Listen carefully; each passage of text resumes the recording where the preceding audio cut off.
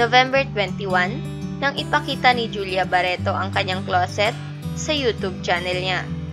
Dito rin sinabi ng aktres na malaki ang nagbago sa kanyang buhay nang manirahan na lamang siyang mag-isa. Nung bata pa ako, magastos talaga ako. Pero ngayon na I live on my own and ako na nagre-run ng household, tipid na ako. Ano na ako, kuripot na.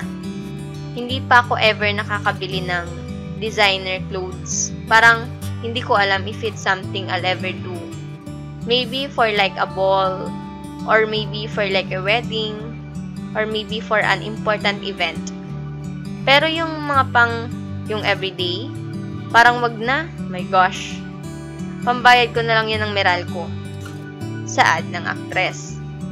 Ayon pa kay Julia, ay noon raw ay namimili siya ng mga designer bags and shoes, ngunit nang maging independent siya ay kinokontrol na niya ang sarili niyang mamili. It's funny because shoes lang dati yung okay, I wanna work so hard because I wanna buy this pair. Pero syempre, hindi na ako bumibili masyado ng bags and shoes kasi mas careful na ako sa expenses ko. Adulting stage na ako so I take care of my bills now.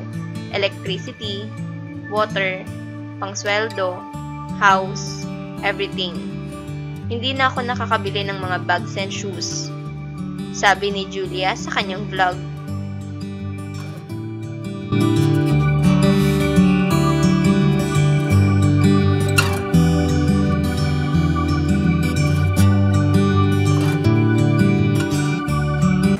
Share for